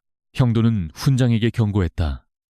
호랑이가 글을 쓸 줄 안다면 곧 관아에 잡혀와 조서도 직접 쓰게 될 것이오. 그때 가서 딴소리하지 마시오. 훈장은 땀을 삐질 흘리면서도 억지 미소를 지으며 산군은 글씨 연습을 하러 다시 산으로 갔다고 둘러댔다. 형도는 서당을 나오며 벽서를 구겨버리고 싶은 충동을 억눌렀다. 관아로 돌아오는 길에 형도는 담벼락마다 서툴게 그려진 호랑이 그림과 비방 글들이 낙서처럼 늘어나 있는 것을 보았다. 아이들까지 동원하여 여론전을 펼치고 있는 것이 분명했다. 사또 물러가라. 떡 하나 주면 안 잡아먹지. 따위의 유치한 문구들이었지만 그 배후의 도살인 어른들의 검은 속내는 결코 유치하지 않았다. 이들은 호랑이라는 허상을 이용해 자신들의 기득권과 불법을 필사적으로 지키려 하고 있었다. 형도는 집무실에 틀어박혀 벽서의 글씨를 다시 연구했다. 훈장의 약점은 무엇일까? 깐깐하고 명예욕이 강한 훈장이 호랑이 핑계를 대면서까지 지키고 싶은 것이 무엇인지 파악해야 했다. 그때 관노가 들어와 훈장이 몰래 밀주를 즐겨 마시며 통금 때문에 술을 구하지 못해 안달이 났다는 정보를 흘렸다. 형도의 눈이 반짝였다. 그렇다면 훈장의 손을 마비시킨 것은 호랑이의 기운이 아니라 금단 현상으로 인한 손떨림일 수도 있겠다는 생각이 스쳤다. 형도는 붓을 들어 답신을 썼다. 산군 보시오. 글씨가 참으로 명필이나 술 냄새가 나는구려. 내 특별히 산군을 위해 최고급 청주 한 병을 서당 앞에 놓아두겠소. 이것은 훈장을 낳기 위한 미끼였다. 밤이 깊어지자 형도는 직접 술병을 들고 서당 근처 덤불 속에 숨었다. 달빛 아래 서당 문이 살며시 열리고 누군가 기어나왔다. 호랑이가 아니라 갓을 쓴 훈장이었다. 그는 사방을 두리번거리더니 술병을 향해 엉금엉금 기어왔다. 그 모습이 마치 굶주린 짐승과 다를 바가 없었다. 훈장이 술병을 잡으려는 순간 형도는 헛기침을 하며 나타났다. 호랑이가 술도 마시는 줄은 알았지만 갓을 쓰고 올 줄은 몰랐소만 형도의 목소리에 훈장은 쏘스라치게 놀라 술병을 놓쳤다. 쨍그랑 소리와 함께 술이 쏟아졌다. 훈장은 엎드려 빌기 시작했다. 사사또, 이것은 호랑이가 시켜서 심부름을 온 것입니다. 끝까지 호랑이 핑계를 대는 그 집요함에 형도는 혀를 찼다. 형도는 훈장을 일으켜 세우며 나지막이 말했다. 이 일은 덮어두겠소. 대신 내일 아침 호랑이가 새로운 벽서를 보내올 것이오. 사또는 훌륭한 분이니 잘 모시라는 내용으로 말이오. 만약 글씨체가 조금이라도 다르면 그대는 밀주 단속법 위반으로 옥살이를 하게 될 것이오. 훈장은 얼굴이 불그락부르락해지며 고개를 끄덕였다. 다음 날 아침 관아대문에는 새로운 벽서가 붙었다. 훈장의 유려한 필체로 사또를 찬양하는 내용이 적혀 있었다. 마을 사람들은 호랑이의 변덕이 죽을 듯하다며 의아해했지만 이장만은 훈장을 노려보며 이를 갈았다. 형도는 집무실에서 차를 마시며 그 광경을 즐겼다. 붓은 칼보다 강하다고 했던가. 하지만 때로는 술 한 병이 붓보다 강한 법이다. 그러나 형도는 안심하지 않았다. 벽서 사건은 일단락되었지만 이장은 더 강력한 한 방을 준비하고 있을 터였다. 글로 안 된다면 이제는 물리적인 행동으로 나올 차례였다. 형도는 통금 시간을 조금 더 늘리기로 결정했다. 어둠 속에서 꿈틀거리는 진짜 욕망들이 견디지 못하고 튀어나올 때까지 이 숨막히는 줄다리기는 계속될 것이었다. 김형도는 이 지루한 숨바꼭질을 끝낼 때가 왔음을 직감했다. 훈장을 굴복시키고 벽서 소동을 잠재웠지만 마을의 진짜 우두머리인 리 이장은 여전히 어둠 속에서 호시탐탐 반격을 노리고 있었다. 이장은 그동안 쌓아온 권력과 호랑이 신화를 절대 놓지 않을 것이다. 그렇다면 그 욕망 자체를 무기로 삼아야 했다. 쥐를 잡으려면 맛있는 치즈가 필요하듯 탐욕스러운 인간을 잡으려면 황금만 한 미끼가 없는 법이다. 형도는 관아 앞마당에 마을 사람들을 전부 소집했다. 그는 엄숙한 표정으로 한양에서 내려온 긴급 공문을 읽어 내려갔다. 임금님께서 고향촌의 호환 소식을 듣고 비통해하시며 호랑이에게 피해를 입은 백성들을 위로하기 위해 금화 500냥을 하사하셨다. 금화 500냥이라는 말에 사람들의 눈이 뒤집혔다. 웅성거리는 소리가 파도처럼 일렁였고 이장의 눈동자는 탐욕으로 번들거렸다. 형도는 묵직해 보이는 붉은색 그칠 상자 하나를 하인들에게 들려나오게 했다. 상자를 내려놓을 때 쿵 하는 육중한 소리가 나자 사람들은 그 안에 가득 차 있을 금덩이를 상상하며 마른 침을 삼켰다. 사실 그 안에는 뒷산에서 주워온 돌멩이와 쇠붙이가 들어있었지만 겉보기에 번지르르한 비단 보자기가 그 사실을 완벽하게 가려주고 있었다. 형도는 군중을 향해 선포했다. 이 금화는 산군에게 먼저 예를 갖추어 바친 뒤 산군이 가져가지 않으면 내일 아침 마을 사람들에게 골고루 나눠줄 것이다. 이 말은 치명적인 유혹이었다. 가만히 있으면 공평하게 나눠 갖게 되지만 욕심 많은 누군가는 그 꼴을 보지 못할 것이 뻔했다. 특히 자신이 마을의 주인이라 착각하는 이장에게는 공평한 분배야말로 참을 수 없는 모욕일 터였다. 그날 오후 형도는 마을 한가운데 있는 정자에 상자를 안치하고 제사상을 차렸다. 그리고 주위에 금줄을 쳐서 일반인의 접근을 막았다. 밤새 산군이 다녀가실 테니 누구도 얼씬거려서는 안 된다. 만약 이를 어기면 산군의 저주를 받아 벼락을 맞을 것이다 라고 엄포를 놓았다. 그러나 형도는 알고 있었다. 저주보다 무서운 것이 가난이고 벼락보다 강한 것이 돈에 대한 집착이라는 것을. 어둠이 내리고 통금 시간이 되자 마을은 쥐 죽은 듯 고요해졌다. 형도는 미리 섭외한 믿을 수 있는 포졸 2명과 함께 정자 근처의 덤불 속에 몸을 숨겼다. 정자 지붕 밑에는 인근 어촌에서 빌려온 대형 그물을 설치해 두었고 연결된 밧줄은 형도의 손에 쥐어져 있었다. 차가운 밤바람이 불어왔지만 형도의 손바닥은 긴장으로 축축하게 젖어 있었다. 자정이 넘어가자 사위는 칠흑 같은 어둠에 잠겼다. 부스럭거리는 소리가 들려왔다. 형도는 숨을 죽이고 정자 쪽을 주시했다. 산 쪽이 아닌 마을 골목에서 검은 그림자 하나가 기어 나오고 있었다. 네 발로 기어오기는 하는데 엉덩이를 지나치게 높이 쳐들고 기어오는 폼이 짐승이라기보다는 술 취한 취객이 기어가는 모습에 가까웠다. 그림자가 달빛 아래 모습을 드러내자 형도는 웃음을 참느라 입술을 깨물어야 했다. 그것은 호랑이 가죽을 뒤집어 쓴 사람이었다. 그런데 그 가죽 상태가 가관이었다. 어디서 조밋은 낡은 가죽을 구했는지 털이 다 빠져서 듬성듬성했고 꼬리 부분에는 빗자루를 매달아 놓아 걸을 때마다 바닥을 쓰는 소리가 났다. 호랑이는 주위를 두리번거리더니 아무도 없음을 확인하고 벌떡 일어나 두 발로 걸었다. 그리고 허리춤에서 담뱃대를 꺼내 한 모금 빨려다가 아차 싶은지 다시 집어넣고 상자 쪽으로 다가갔다. 흐흐, 500냥이라니 이게 다 내 것이다. 익숙한 목소리가 들려왔다.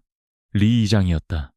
그는 제사상에 올려진 돼지머리의 귀를 뜯어먹으며 여유를 부렸다. 이장은 상자를 감싼 비단 보자기를 벗겨내고 뚜껑에 손을 얹었다. 그의 손이 떨리고 있었다. 임금님 하사품이라니. 평생 먹고 놀아도 남겠구나. 멍청한 사또놈. 이걸 덜컥 미끼로 내놓다니.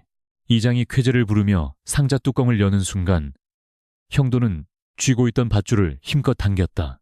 지금이다. 챙강하는 소리와 함께 정자 천장에 숨겨져 있던 거대한 그물이 쏟아져 내렸다. 이장은 비명을 지를 새도 없이 그물에 갇혀 공중으로 붕 떠올랐다.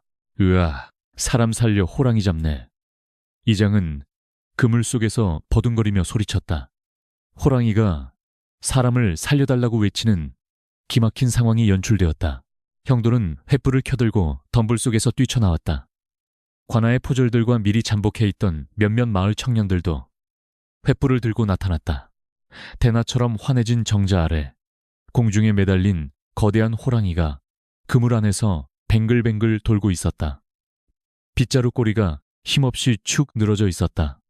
형도가 다가가 그물을 톡톡 치며 물었다. 이게 누군가? 백두산 산군께서 어인일로 그물놀이를 하고 계시오. 그물 속의 호랑이는 황급히 손으로 얼굴을 가리려 했으나 벗겨진 호랑이 탈 사이로 이장에 땀 범벅이 된 얼굴이 적나라하게 드러났다. 주위에 있던 마을 청년들이 이장님 하며 경악했다. 형도는 칼을 뽑아 그물줄을 끊어내렸다. 쿵! 소리와 함께 이장이 바닥에 나뒹굴었다. 형도는 짐짓 놀란 표정으로 이장의 호랑이 가죽을 벗겨냈다. 아니 이것은 이장 아니요 호랑이에게 잡아먹힌 줄 알았더니 아예 호랑이가 되셨소. 이장은 얼굴이 벌개져서 횡설수설하기 시작했다. 또 오해입니다. 나는 그저 밤새 호랑이가 금화를 훔쳐갈까봐 호랑이로 위장하여 잠복 근무를 서고 있었던 것입니다. 이장의 변명은 구차하기 짝이 없었다. 호랑이를 잡기 위해 호랑이로 변장했다니. 지나가던 개가 웃을 노릇이었다. 형도는 상자 뚜껑을 열어 그 안에 든 돌멩이들을 보여주었다. 호랑이 잡는 데는 돌멩이면 충분하지. 진짜 금화는 관아 금고에 잘 있다네. 돌멩이를 본 이장의 얼굴이 흑빛으로 변했다. 목숨을 걸고 훔치려던 것이 고작 강돌이었다니. 허탈감과 수치심이 동시에 밀려오는 듯했다. 구경 나온 마을 사람들이 하나둘씩 모여들기 시작했다. 그들은 영웅인 줄 알았던 이장이 낡은 가죽을 쓰고 도둑질을 하려 했다는 사실에 충격을 받은 표정이었다. 형도는 이장을 일으켜 세우며 여러분, 드디어 우리가 호랑이를 잡았습니다. 아주 말을 잘하고 돈을 좋아하며 빗자루 꼬리를 가진 희귀한 호랑이입니다. 사람들의 웅성거림은 점차 비난의 화살로 바뀌었다. 그동안 자신들의 닭을 훔치고 쌀을 뺏어가고 뺨을 때린 호랑이의 정체가 드러나는 순간이었다. 이장은 고개를 숙이고 아무 말도 하지 못했다. 그의 권위는 낡은 호랑이 가죽처럼 바닥에 떨어져 짓밟혔다. 그러나 형도는 알고 있었다. 이장은 쉽게 무너지지 않을 것이다. 그는 이제 벼랑 끝에 몰린 쥐가 되어 고양이인 형도를 물려고 덤벼들 것이다. 형도는 포졸들에게 명하여 이장을 포박하게 했다. 이 호랑이를 관아 옥사에 가두어라. 내일 날이 밝는 대로 동물 재판을 열어 그 죄를 낱낱이 밝힐 것이다. 동물 재판이라는 말에 사람들이 웅성거렸다. 사람을 심판하는 것이 아니라 짐승을 심판하겠다는 형도의 의중을 알 수 없었기 때문이다. 이장이 끌려가는 뒷모습을 보며 형도는 하늘을 올려다보았다. 달이 구름 뒤로 숨고 있었다. 진짜 연극은 이제부터였다. 범인을 잡는 것보다 더 중요한 것은 마을 사람들 마음속에 뿌리 박힌 호랑이 핑계라는 병폐를 뿌리 뽑는 일이었다. 내일 열릴 재판은 전무후무한 코미디이자 가장 잔혹한 진실의 무대가 될 것이었다. 다음 날 아침, 관아마당은 초유의 재판을 구경하려는 사람들로 인산인해를 이루었다. 죄인을 앉히는 의자에는 사람이 아닌 어젯밤 이장이 쓰고 있었던 낡아빠진 호랑이 가죽이 밧줄에 꽁꽁 묶인 채 축 늘어져 있었다. 그 옆에는 포승줄에 묶인 리 이장이 무릎을 꿇고 앉아 죽상을 하고 있었는데 마치 호랑이의 비서라도 되는 모양새였다.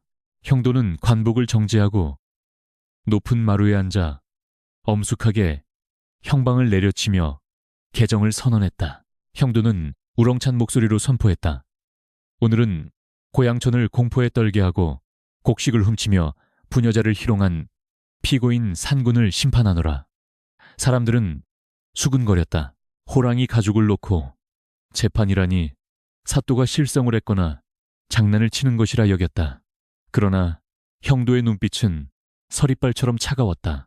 그는 첫 번째 증인으로 닭을 도둑맞았던 박씨 할머니를 앞으로 불러 세웠다. 형도가 물었다. 증인은 저 피고에게 닭 3마리를 빼앗긴 것이 확실하냐? 할머니는 호랑이 가죽을 힐끔 쳐다보더니 고개를 끄덕였다. 형도는 다시 물었다. 저 호랑이가 닭장문을 열고 닭을 가져갈 때 증인은 무엇을 하고 있었느냐? 할머니는 우물쭈물하다가 대답했다. 옆집 칠성이네와 노름판을 벌이느라 닭우는 소리를 못 들었습니다. 군중 속에서 킥킥거리는 웃음소리가 터져나왔다. 형도는 기록관에게 도박죄 추가라고 짧게 명했다. 다음으로 뺨을 맞았던 칠성이가 불려나왔다. 형도는 호랑이 가죽을 가리키며 물었다. 이놈이 자네의 뺨을 때리고 돈을 뺏어갔다지. 칠성이는 억울하다는 듯 그렇습니다. 저놈이 앞발로 제 눈을 쳤습니다. 라고 소리쳤다. 형도는 호랑이 가죽의 앞발을 들어 칠성이의 얼굴에 대보았다. 가죽은 흐물흐물하여 타격을 줄 수 없어 보였다. 형도는 이 앞발에는 뼈가 없는데 어찌 사람을 때린단 말이냐? 혹시 이 안에 뼈 있는 짐승이 들어있었던 게 아니냐? 라고 추궁했다. 칠성이는 당황하여 리 이장을 쳐다보았다. 이장은 고개를 숙이고 시선을 피했다. 형도는 이장에게 호통을 쳤다. 죄인 리 씨는 들어라. 너는 자칭 호랑이 전문가이자 산군의 대변인이니 지금부터 피고의 말을 통역하도록 하라. 이장은 기가 막힌다는 표정을 지었으나 형방의 매질 신뢰에 억지로 고개를 끄덕일 수밖에 없었다. 형도는 호랑이 가죽에게 질문을 던졌다. 피고 산군 네가 관아에 쌀 500석을 먹었느냐? 정적이 흘렀다. 형도는 이장을 노려보며 통역해라 라고 소리쳤다. 이장은 울며 겨자 먹기로 크르릉. 그렇다. 내가 먹었다. 라고 호랑이 흉내를 내며 대답했다. 마당에 모인 사람들은 그 우스꽝스러운 광경에 배꼽을 잡고 웃었지만 이장의 얼굴은 수치심으로 붉게 타올랐다. 형도는 질문을 이어갔다. 쌀을 먹을 때 혼자 먹었느냐? 아니면 인간 공범이 있었느냐? 이장은 입을 다물었다. 대답하는 순간 자신의 죄를 자백하는 꼴이 되기 때문이다. 형도는 피고가 묵비권을 행사하는군. 그렇다면 공범이 있는 것으로 간주하겠다 라고 밀어붙였다. 이장은 다급하게 그냥 나 혼자 다 먹었다 라고 외쳤으나 이미 엎질러진 물이었다. 혼자서 500석을 먹는다는 것이 물리적으로 불가능함을 모두가 알고 있었기 때문이다. 형도는 이번에는 구판을 벌였던 무당을 증인석에 세웠다. 무당은 사또의 눈치를 보며 벌벌 떨었다. 형도는 물었다. 자네는 접신을 통해 저 호랑이와 대화했다지. 저 가죽 속에 들어있던 영혼이 진짜 산군이 맞느냐? 무당은 가죽과 이장을 번갈아 보더니 사실은 알코올 냄새가 나는 잡귀였습니다라고 실토했다. 이장은 무당을 죽일 듯이 노려보았지만 밧줄에 묶인 몸으로는 어림도 없었다. 재판이 진행될수록 마을 사람들의 호랑이 핑계는 낱낱이 까발려졌다. 호랑이 핑계로 외박한 남편, 호랑이 핑계로 빚을 갚지 않은 상인, 호랑이 핑계로 일을 하지 않은 머슴들의 치부가 만천하에 드러났다. 그들은 자신들의 거짓말을 정당화하기 위해 호랑이라는 가상의 괴물을 만들어냈고 이장은 그 괴물의 탈을 쓰고 진짜 괴물이 되어버린 것이다. 형도는 마지막으로 이장에게 물었다. 마지막으로 변론할 기회를 주겠다. 저 가죽이 시킨 일인가? 아니면 내 욕심이 시킨 일인가? 이장은 떨리는 목소리로 변명했다. 저는 그저 마을 사람들이 원해서 한 일입니다. 그들에게는 탓할 대상이 필요했습니다. 가난도 불행도 실수도 모두 호랑이 탓으로 돌리면 마음이 편하니까요. 그 말은 궤변이었지만 동시에 뼈아픈 진실이기도 했다. 군중은 숙연해졌다. 그들 모두가 이 거대한 사기극의 공범이었음을 부인할 수 없었기 때문이다. 이장은 자신이 총대를 맺힐 뿐이라며 억울해했지만 형도는 고개를 가로저었다. 백성의 나약함을 이용해 배를 불린 것은 용서받지 못할 죄악이다. 형도는 판결을 내렸다. 피고 가짜 호랑이에게 화형을 선고한다. 그리고 그 가죽을 쓰고 사람들을 기만하며 국고를 횡령한 죄인 리 씨는 곤장 50대와 함께 파직에 처하며 훔친 쌀을 전량 변상할 때까지 노역형에 처한다. 탕탕탕 판결을 알리는 소리가 관아에 울려 퍼졌다. 형도는 호랑이 가죽을 마당 한가운데 쌓인 장작더미 위에 올리게 했다. 그리고 마을 사람들에게 횃불을 하나씩 나눠주었다. 너희들의 거짓말과 나태함 그리고 탐욕을 저 가죽과 함께 태워버려라. 이제 더 이상 숨을 곳은 없다. 사람들은 주저하다가 하나둘씩 횃불을 장작더미에 던졌다. 불길이 치솟으며 낡은 호랑이 가죽이 타오르기 시작했다. 매캐한 연기와 함께 가죽은 오그라들었고 그 위에 그려진 우스꽝스러운 줄무늬도 검게 변해 사라졌다. 사람들은 불타는 가죽을 바라보며 묘한 해방감을 느꼈다. 그것은 단순히 가죽이 타는 것이 아니라 그들을 짓누르던 죄책감과 거짓의 껍데기가 타오르는 의식과도 같았다. 이장은 끌려가면서도 진짜 호랑이가 복수할 거야. 너희들 다 두고 보자. 라고 악담을 퍼부었으나 아무도 귀담아 듣지 않았다. 그가 만든 호랑이는 이제 재가 되어 사라지고 있었다. 형도는 타오르는 불꽃을 보며 생각했다. 인간이 만든 괴물은 인간이 없애야 한다. 하지만 자연이 만든 진짜 괴물은 어찌할 것인가. 그때 산 쪽에서 바람이 불어와 불티가 회오리 쳤다. 마치 진짜 산군이 이 광경을 내려다보며 콧방귀를 뀌는 듯했다. 형도는 등골이 서늘해짐을 느꼈다. 가짜는 사라졌지만 이 소란 때문에 잠자던 진짜가 깨어났을지도 모를 일이었다. 재판은 끝났지만 형도의 임무는 아직 끝나지 않았다. 그는 마을 창고를 다시 채워야 했고 무너진 마을의 기강을 바로잡아야 했다. 하지만 적어도 이제는 호랑이가 쌀을 먹었다는 헛소리를 하는 사람은 없을 것이다. 형도는 재가 되어 부서지는 호랑이 가죽을 보며 씁쓸한 미소를 지었다. 잘 가시오, 가짜 상군. 다음 생에는 진짜 호랑이로 태어나 억울하게 누명 쓰는 일 없기를 바라오. 형도는 붓을 들어 판결문에 마침표를 찍었다. 사건 종료, 범인, 인간의 욕심. 하지만 그날 밤 형도는 잠을 이룰 수 없었다. 창밖에서 들려오는 바람 소리가 어쩐지 어제와는 다르게 들렸기 때문이다. 그것은 굶주린 짐승에 거친 숨소리 같기도 했고 인간들의 어리석음을 비웃는 산의 웃음소리 같기도 했다.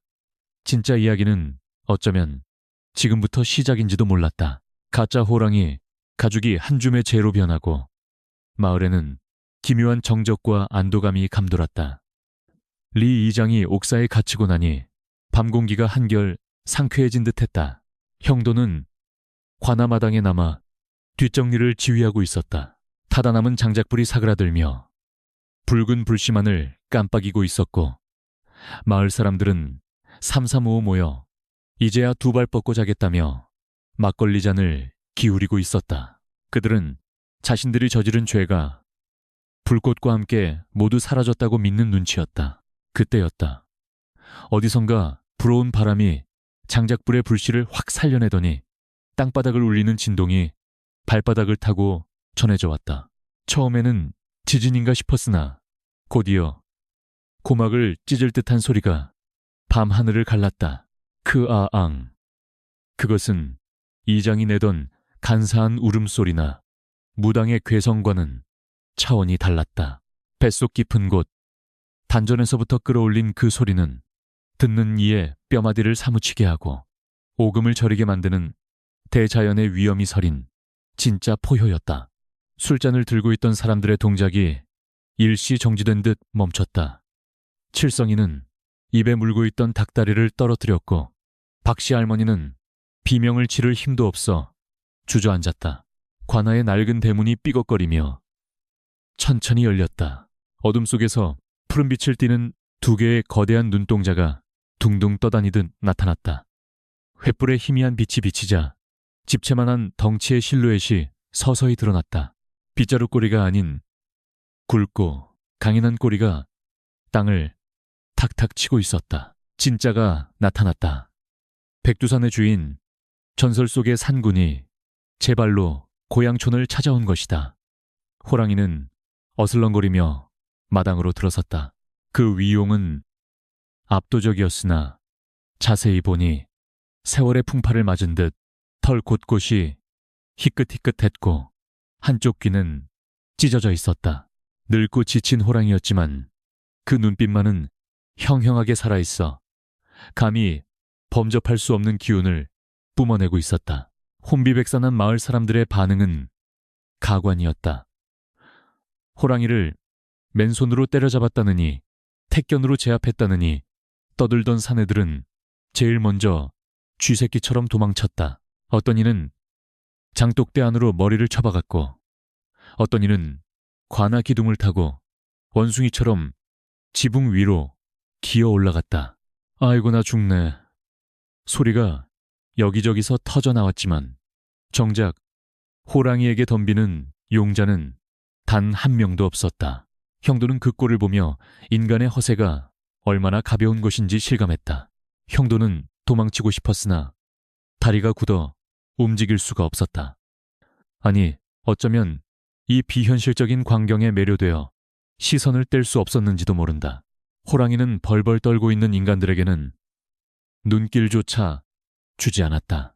녀석은 마당 한가운데 놓인 이장이 훔치려 했던 가짜 금화 상자를 툭 치고 지나갔다. 인간들이 목숨을 걸고 탐하던 재물 따위는 짐승에게는 거치적거리는 돌덩이에 불과했다. 호랑이가 향한 곳은 마당 구석에 있는 우물가 물통이었다. 녀석은 고개를 숙이고 물을 핥아먹기 시작했다. 찹, 찹, 찹. 물 마시는 소리가 정적 속에서 유난히 크게 울려 퍼졌다. 형도는 그제야 깨달았다. 이 산구는 사람을 해치러 온 것이 아니라 그저 목이 말라 내려온 것뿐이었다. 인간들이 구판을 벌이고 재판을 한답시고 시끄럽게 구는 통에 잠을 설쳤거나 산속 옹달샘이 얼어붙어 물을 찾아 내려온 늙은 짐승일 뿐이었다. 그때 지붕 위에 매달려 있던 칠성이가 공포를 이기지 못하고 손을 놓쳐 바닥으로 떨어졌다. 쿵! 소리와 함께 칠성이는 호랑이 바로 뒤에 엉덩방아를 또졌다. 호랑이가 고개를 돌려 칠성이를 바라보았다. 칠성이는 호호, 호랑이 살려라고 비명을 지르며 기절해버렸다. 호랑이는 칠성이 냄새를 킁킁 맡더니 술 냄새와 지린내에 코를 찡그리며 고개를 돌렸다. 맛없는 먹이에는 관심 없다는 듯한 태도였다. 형도는 용기를 내어 한 발짝 앞으로 나섰다. 주위 숨어있던 포졸들이 사또 미치셨습니까? 라고 작은 소리로 만류했지만 형도는 들리지 않았다. 그는 제사상에 남아있던 삶은 돼지고기 한 덩이를 집어들었다. 그리고 호랑이 쪽으로 조심스럽게 굴려보냈다. 고기는 호랑이 발치에 툭 하고 멈췄다. 호랑이는 고기를 내려다보더니 형도와 눈을 맞췄다. 그 깊은 눈동자 속에는 인간에 대한 분노보다는 하찮은 것들을 바라보는 연민과 권태가 담겨있는 듯했다. 녀석은 천천히 고기를 물어 씹지도 않고 삼켰다. 그리고는 형도를 향해 짧게 크르릉 소리를 냈다. 그것은 위협이라기보다는 잘 먹었다, 시끄럽게 굴지 마라는 점잖은 훈계처럼 들렸다. 형도는 저도 모르게 고개를 숙여 예를 표했다. 소란을 피워 죄송합니다. 산군. 호랑이는 꼬리를 한번 크게 휘두르더니 미련 없이 몸을 돌려 열린 대문으로 나갔다. 그 뒷모습은 쓸쓸하면서도 고고했다. 인간들의 탐욕과 거짓으로 얼룩진 이 마을이 더럽다는 듯. 녀석은 뒤도 돌아보지 않고 어둠 속으로 사라졌다. 호랑이가 완전히 사라지고 한참이 지나서야 사람들은 하나둘씩 숨은 곳에서 기어나왔다. 지붕에서 내려오다 발을 삐끗한 사람, 장독대에 끼어 빠지지 않는 사람 등 몰골들이 말이 아니었다. 그러나 공포가 가시자마자 그들의 입은 다시 살아나기 시작했다. 내가 호랑이 눈을 쏘아보니까 녀석이 겁을 먹고 도망치더군. 누군가 허풍을 떨기 시작했다. 또 다른 사람은 내가 지붕 위에서 호랑이의 혀를 누르는 길을 보냈지 라며 맞장구를 쳤다. 맞장구를 쳤다. 방금 전까지 오줌을 지리며 떨던 사람들이 호랑이가 사라지자마자 다시 영웅담을 지어내고 있었다. 형도는 그 모습을 보며 헛웃음을 지었다. 진짜 호랑이를 보고도 변하지 않는 인간의 본성이야말로 호랑이보다 더 무서운 것이었다. 형도는 바닥에 떨어진 칠성이를 깨워 집으로 보냈다.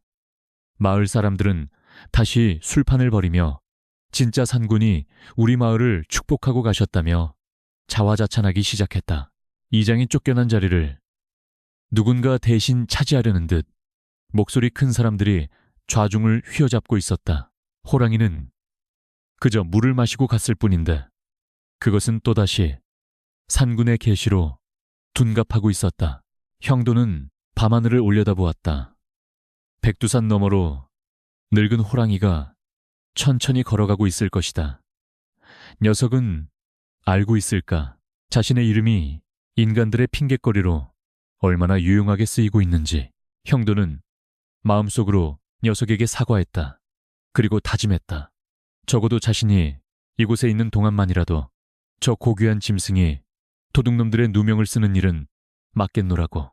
다음 날 형도는 관아 일지에 짧게 기록했다. 산군이 다녀가다 물 한 모금 마시고 인간의 어리석음을 구경하고 가시다. 피해 없음.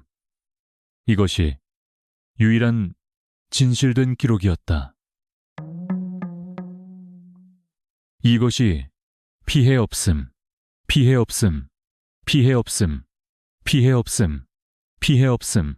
그러나 마을에는 벌써부터 사또가 호랑이와 단판을 지어 돌려보냈다는 새로운 전설이 퍼지고 있었다.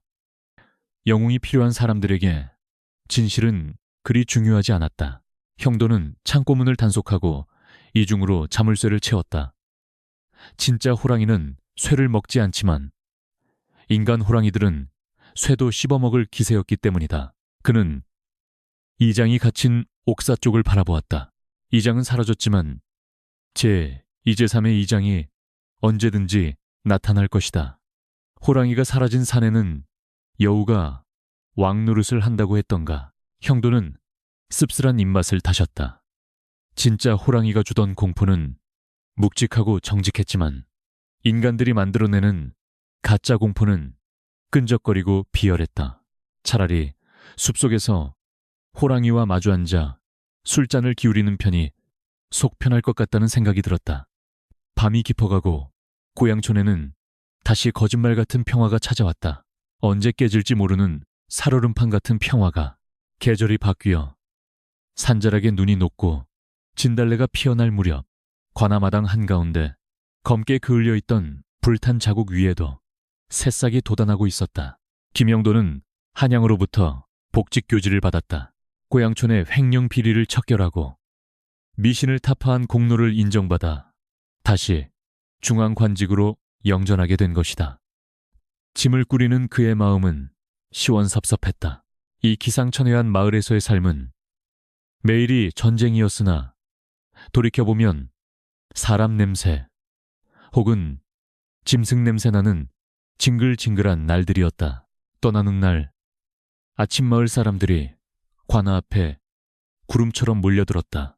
그 중에는 형도 덕분에 억울함을 푼 사람도 있었지만 대부분은 호랑이 핑계를 대지 못하게 한 깐깐한 사또가 떠나는 것을 내심 반기는 눈치였다. 훈장은 짐짓 아쉬운 표정을 지으며 송별시를 지어왔는데 내용을 들어보니 호랑이도 무서워한 사또, 부디 멀리 가시옵소서라는 은근한 비꼬음이 담겨 있었다. 형도는 껄껄 웃으며 그 시를 받아 챙겼다. 형도는 떠나기 전 마을 어귀에 새로 깎은 목재 팻말 하나를 직접 박아 넣었다. 팻말에는 굵은 글씨로 이렇게 적혀 있었다. 이곳에는 호랑이가 없다. 오직 사람만 살고 있을 뿐이다. 그것은 형도가 이 마을에 남기는 마지막 가르침이자 경고였다. 사람들은 팻말을 둘러싸고 웅성거렸지만 그 글귀가 품은 뼈아픈 진실을 애써 외면하려는 듯 딴청을 피웠다. 형도는 늙은 당나귀의 등에 올라타며 마지막으로 마을을 휘둘러 보았다. 리 이장은 여전히 옥사에서 노역을 하고 있었기에 배웅을 나오지 못했지만 옥창 너머로 형도를 향해 주먹감자를 날리고 있을 것이 분명했다. 형도는 마을 사람들에게 손을 흔들며 말했다. 내 후임으로 오는 사또는 나보다 훨씬 깐깐한 분이니 호랑이 흉내낼 생각일랑 아예 접으시오. 사람들은 네 명심하겠습니다라고 합창했으나 그들의 눈빛은 이미 딴 생각을 하고 있었다. 들리는 소문에 의하면 새로 오는 사또는 귀가 얇고 겁이 많은 위인이라 했다. 마을 사람들은 벌써부터 창고 깊숙이 숨겨두었던 낡은 호랑이 탈을 꺼내 수선할 궁리를 하고 있었는지도 모른다. 형도는 그 속내를 짐작하면서도 모른 척 고삐를 당겼다. 당나귀가 터벅터벅 걸음을 옮기자 형도는 고갯마루를 향해 나아갔다. 산들바람이 불어와 그의 옷자락을 날렸다. 뒤를 돌아보니 백두산의 웅장한 산새가 고향촌을 병풍처럼 감싸고 있었다. 진짜 호랑이는 저 깊은 숲속 어딘가에서 낮잠을 자고 있을 것이다. 인간들이 자신의 이름을 팔아 무슨 짓을 하든 상관없다는 듯이 말이다. 형도는 호랑이에게 마음속으로 작별 인사를 건넸다. 형도의 모습이 고갯마루 너머로 완전히 사라지자 마을에는 기묘한 침묵이 흘렀다. 사람들은 사또가 박아놓은 팻말과 텅 빈 고갯길을 번갈아 쳐다보았다.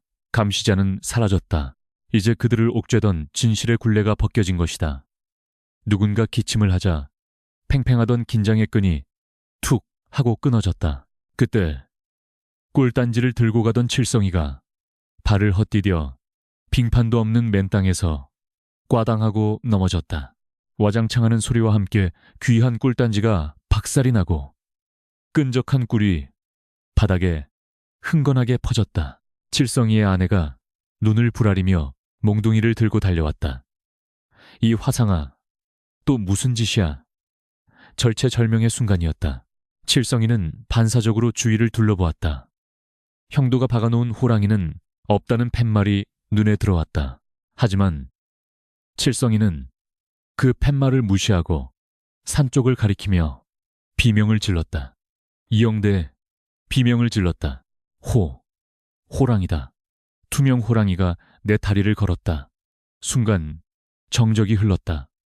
모두의 시선이 칠성이와 아내 그리고 팻말을 오갔다. 칠성이의 아내는 몽둥이를 내릴까 말까 고민했다. 남편이 칠칠 맞지 못해 넘어진 것은 명백했으나 그것을 인정하면 남편은 멍청이가 되고 자신은 꿀을 잃은 불행한 여자가 된다. 하지만 호랑이 탓을 하면 이것은 천재지변이 되고 남편은 피해자가 된다. 선택은 간단했다. 아내는 몽둥이를 떨어뜨리며 주저앉아 울부짖었다. 아이고, 상군이 기어 이 꿀까지 드시고 싶으셨나 보네. 그 한마디는 신호탄과 같았다. 주위에 있던 마을 사람들이 일제히 맞장구를 치기 시작했다. 봤어. 방금 바람이 휙 지나가는 거. 사또가 떠나자마자 호랑이가 돌아왔어. 역시 외지인은 산의 이치를 모른다니까. 사람들은 기다렸다는 듯이 다시 호랑이를 불러냈다. 그들에게는 진실보다 달콤한 거짓말이 필요했던 것이다. 누군가 형도가 박아놓은 팻말을 발로 차서 뽑아버렸다.